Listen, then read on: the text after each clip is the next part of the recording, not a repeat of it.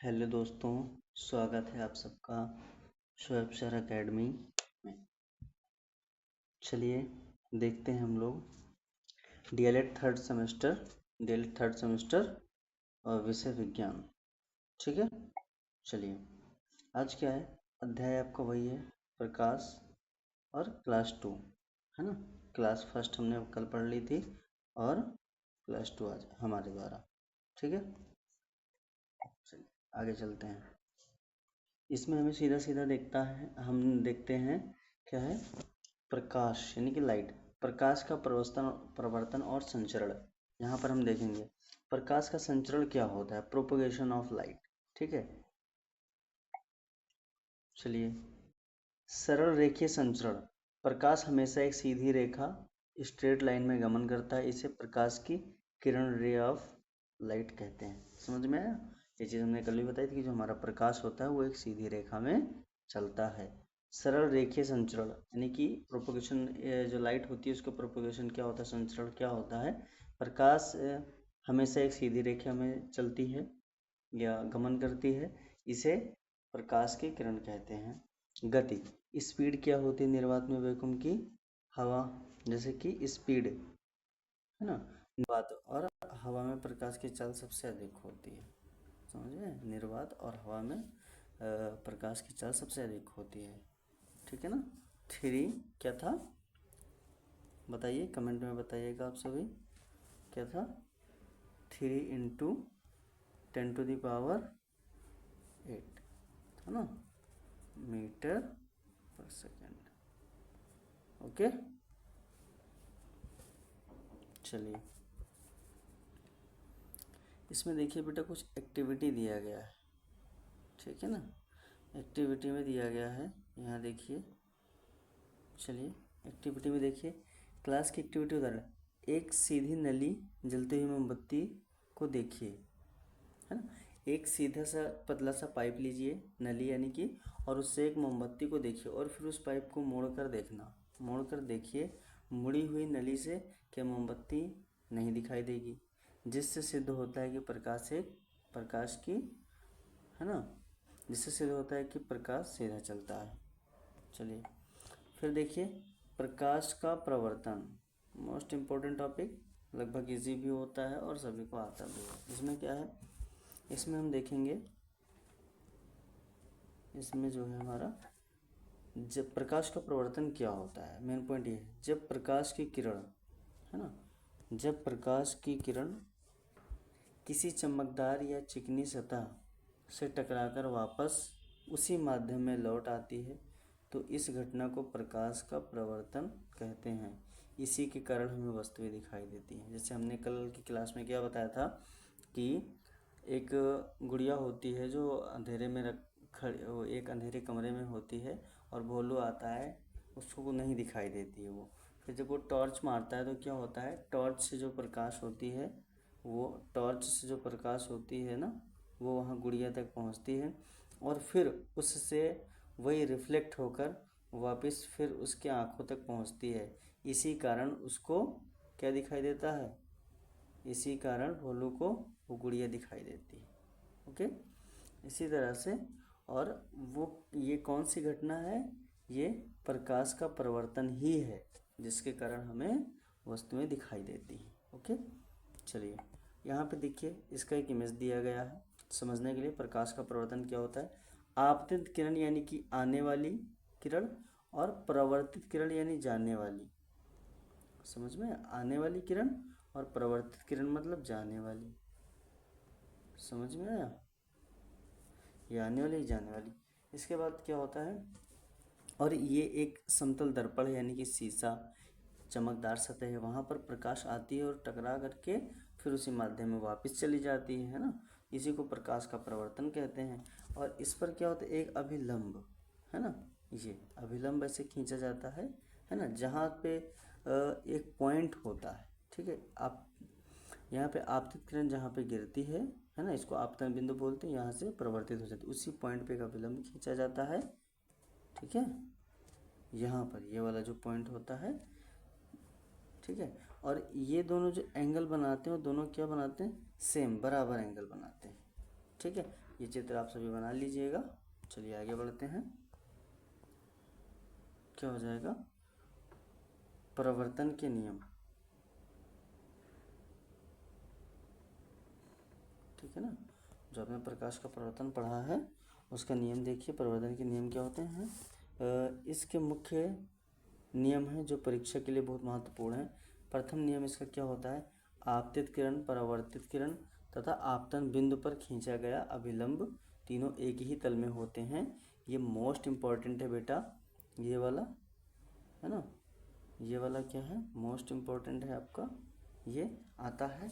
और द्वितीय नियम क्या है? आपतन कोण हमेशा प्रवर्तन कोण के बराबर होता है। ये दोनों नियम मोस्ट इम्पॉर्टेंट हैं, आपको याद करके रखना ही होगा। आप इसको याद कर लीजिएगा। ठीक है, चलिए हम आगे बढ़ते हैं।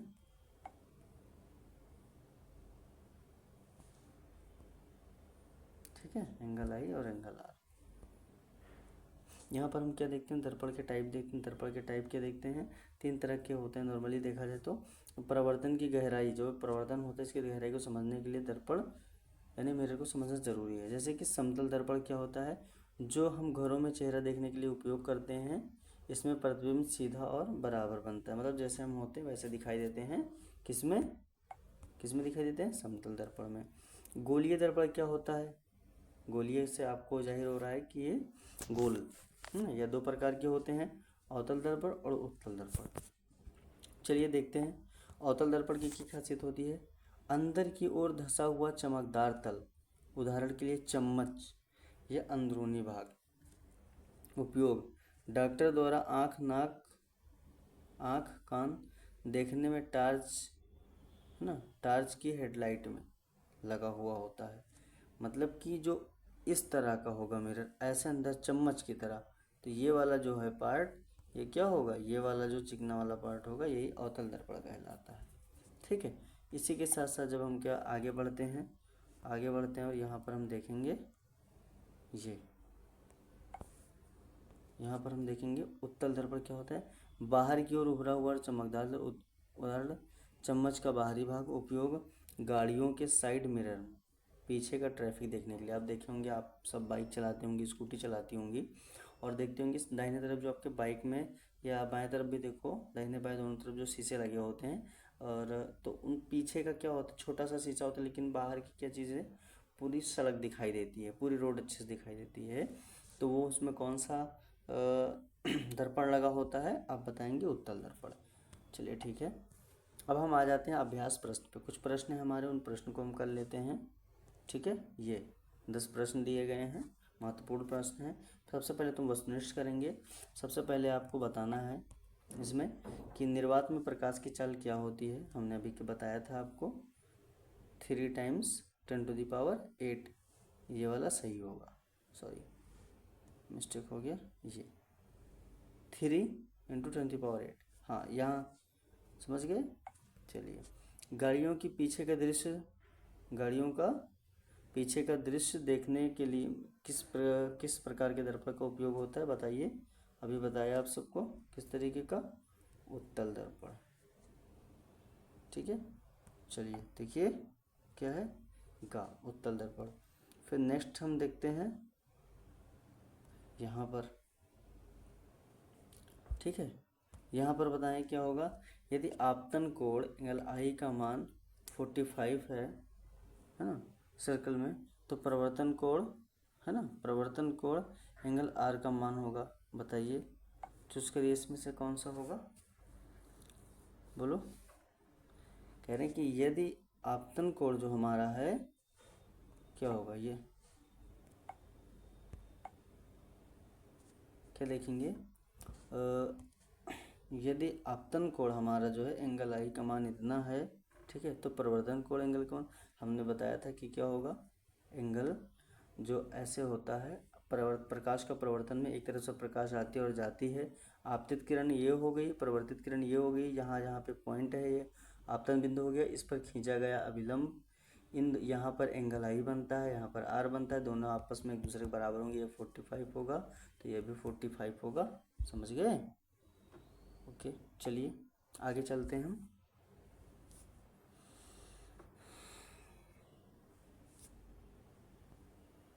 ठीक है। अब यहाँ पे हम अति लघु उत्तरीय प्रश्नों को देखेंगे फटाफट। प्रकाश की किरण किसे कहते हैं? प्रकाश जिस सरल रेखीय मार्ग पर चलता है उसे प्रकाश की किरण कहते हैं। बिल्कुल आसान सा जवाब है, लिख लीजिएगा। प्रकाश के प्रवर्धन से आप क्या समझते हैं? प्रकाश का किसी चिकनी सतह से टकराकर वापस उस माध्यम से लौटना प्रवर्धन कहलाता है। ठीक है। चम्मच का अंदर की ओर धंसा हुआ भाग किस दर्पण की तरह व्यवहार करता है? बताओ भाई, अवतल दर्पण की तरह। ओके, बहुत आसान है। चलिए, परिवर्तन का दूसरा नाम क्या है? आपतन कोण। परिवर्तन का दूसरा नियम क्या है? आपतन कोण और परिवर्तन कोण हमेशा बराबर होते हैं, यानी कि I = R। समझ गए? चलिए, अब यहाँ पर हम लघु उत्तरीय प्रश्नों को देखेंगे। समतल दर्पण द्वारा बने प्रतिबिंब की दो मुख्य विशेषताएं बताइए। अभी हमने यही बताया था आपको। क्या? प्रतिबिंब हमेशा सीधा और आभासी बनता है। प्रतिबिंब का आकार वस्तु के आकार के बिल्कुल बराबर होता है। बिल्कुल याद रहेगा कि भाई जब हम शीशा देखते हैं तो हम बिल्कुल उसमें सीधे खड़े होते हैं। बोलो। और प्रतिबिंब का वस्तु के आकार में बिल्कुल बराबर होता है, जैसे हम होते हैं वैसे दिखाई देते हैं। लिख सकते हैं, बिल्कुल ईजी है। अवतल दर्पण और उत्तल दर्पण में मुख्य अंतर स्पष्ट कीजिए। ठीक है, इसको ध्यान से आप समझ लीजिए, इन दोनों को कंफ्यूज मत होना। ठीक है, लिख देना। अवतल दर्पण का परावर्तक तल अंदर की ओर दबा होता है। अवतल दर्पण यह किरणों को एक बिंदु पर इकट्ठा करता है, जबकि उत्तल दर्पण का परावर्तक तल बाहर की ओर उभरा होता है और यह किरणों को फैलाता है। समझ गए? चलिए आगे चलते हैं। एक प्रयोग द्वारा सिद्ध कीजिए कि प्रकाश सीधी रेखा में चलता है। इसमें छात्र मोमबत्ती और सीधी मुड़ी हुई नली वाला उदाहरण चित्र सहित समझाएंगे, जैसे ऊपर एक्टिविटी में बताया गया था।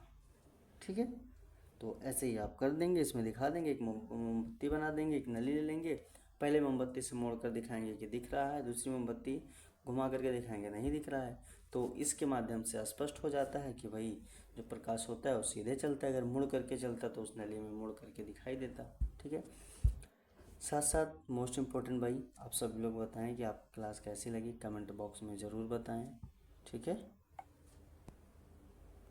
और अपनी अगली क्लास के लिए भी